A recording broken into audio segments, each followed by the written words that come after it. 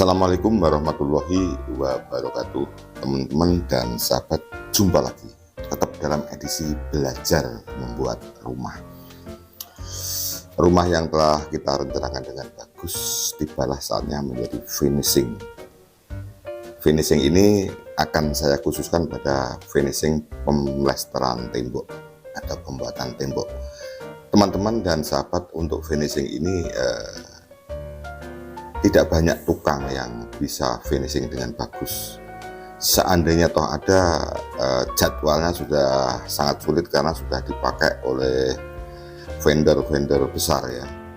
Kemudian harganya mahal dan pekerjaannya pun juga lama, sehingga ongkosnya tinggi, kemudian pekerjaan tinggi, akhirnya budget yang dikeluarkan lebih banyak.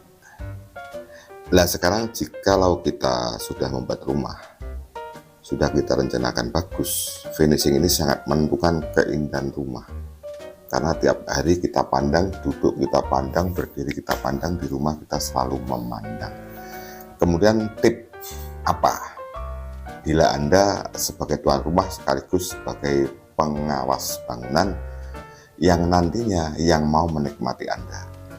Untuk hal ini sebaiknya jangan dilepaskan. Anda harus mengawasi dan memberikan penjelasan, minta yang seperti ini, seperti ini, seperti ini. Tetapi Anda harus pahami bahwa tukang yang ada itu tidak seperti yang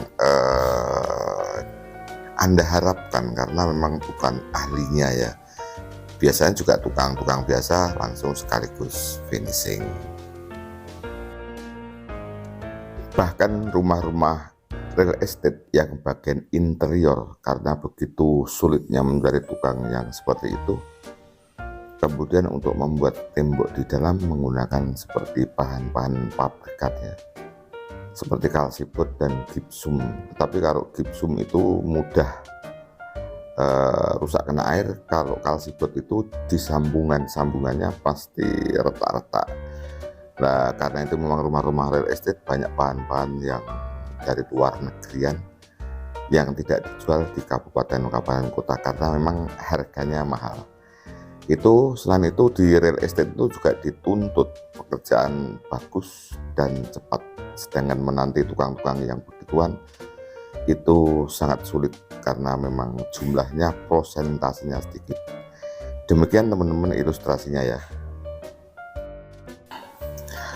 Kemudian setelah mulai plester, katakan Pak tolong di plester yang baik. Satu, waktu melester itu yang penting rata, tidak usah tergesa-gesa, yang penting rata ya.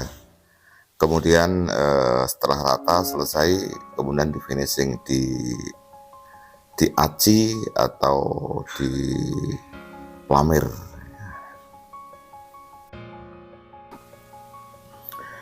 Sekarang perhatikan teman-teman, Anda berlaku sebagai pengawas. Seorang pengawas harus punya ilmunya. Kalau tidak punya ilmunya, bagaimana cara mengawasi? Sederhana teman-teman. Jadi satu, plesteran yang penting rata, jangan bergelombang. Kalau plesteran bergelombang, nanti finishingnya sulit dan tidak akan berhasil. Jadi mulai awal-awal plester itu langsung katakan Pak, jangan seperti ini, yang penting rata, walaupun tidak halus ya, walaupun tidak halus, yang penting rata. Nah kemudian setelah itu mulai ini kuncinya teman-teman, kan memang tukang yang memfinishing itu bukan spesifik, bukan spesialisnya, tentunya kemampuannya juga terbatas.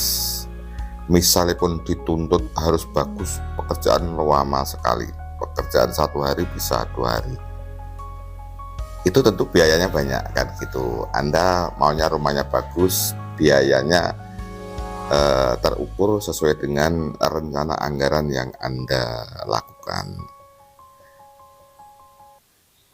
Nah apa yang harus Anda lakukan? Yang penting di ujung-ujung sudut-sudut itu harus siku ya. Seperti contoh itu harus siku ya.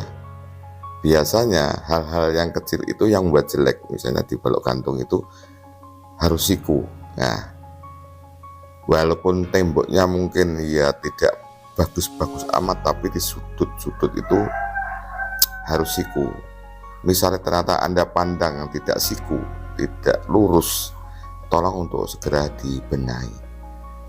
Kalau 1 kali 2 kali Anda sudah begitu, maka tukangnya akan memperhatikan daripada dia disuruh mengulang, karena apapun kan namanya tukang sudah bekerja di mana-mana, kalau disuruh mengulang-ulang kan malu ya teman-teman.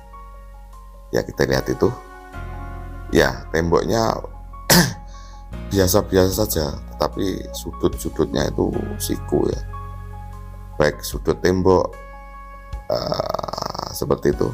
Kemudian dikala benangi ventilasi itu harus lurus. Dengan demikian ini nih contohnya balok gantung itu. Balok gantung dulu menceng-menceng begitu, saya suruh benahi 1-2 kali, mulai di finishing menceng saya suruh benahi, akhirnya di balok gantung berikutnya dia sudah mulai bagus. Kemudian tip berikutnya setelah itu dilaksanakan seperti ini ya. Kalau memang temboknya tidak halus, jangan pasang lampu di tembok. Jadi tembok jangan tersorot lampu. Gunakan lampu menghadap ke lantai, jangan menghadap ke tembok. Kalau lampu menghadap ke lantai, tembok yang tidak halus tadi tidak akan kelihatan. Yang kedua, jika memang temboknya tidak halus, jangan menggunakan cat gloss. Jangan menggunakan cat glossy atau cat yang mengkilap ya, cat-cat yang mengkilap, karena kalau cat yang mengkilap itu akan semakin nampak kalau tembok Anda tidak halus ya, akan semakin nampak tembok Anda tidak halus. Inilah teman-teman pentingnya belajar membuat rumah. Jadi Anda tahu, Anda bisa menjadi pengawas, akhirnya nanti Anda nyaman menggunakan rumah Anda, merupakan hasil karya Anda. Demikian teman-teman, terima kasih ya atas perhatiannya, mudah-mudahan bermanfaat. Akhirnya wassalamualaikum warahmatullahi wabarakatuh, sampai jumpa.